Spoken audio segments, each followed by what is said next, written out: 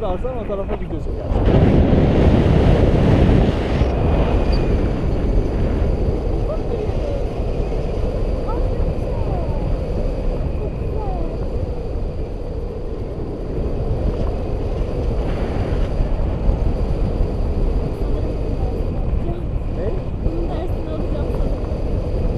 Gidiyorsun bir spor kulübüne, Yamaç Parkı spor kulübüne, eğitim alıyorsun. 1500 lira bir eğitim ücreti var. Bir ay eğitim alıyorsun. Sadece bir gün hafta sonu. Eğitim uçmaya başlıyorsun. Belli bir süre uçtuktan sonra sertifikalarını da alırsan gelip burada başka birini daha uçabilirsin. İşte tecrübe lazım.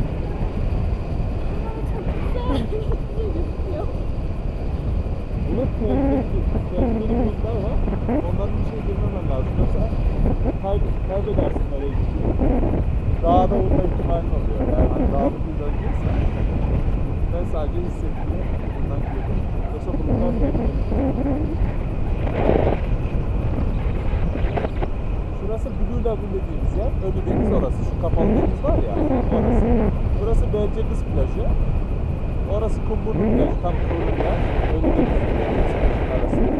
Şu karşıda gördüğüm küçük ada San Nicolas adası. Tekneferiyle gidebilirsin oraya. Adam üzerinde bir kilise var. Bayağı yabancı bir şey. Şu karşıda gördüğüm Skopje adası. Onun kurulun adası. Şurası Ovacıkısa. Denizin ortasında gördüğüm adalar 12 adaların 3-4 tane. 3 tane ada görebilirsin. Tam şuradaki yerleşim alanı Kayaköy. Orası da eski bir yerleşim alanı. Hemen şu sol taraftaki yer Terör Tatil Köyü.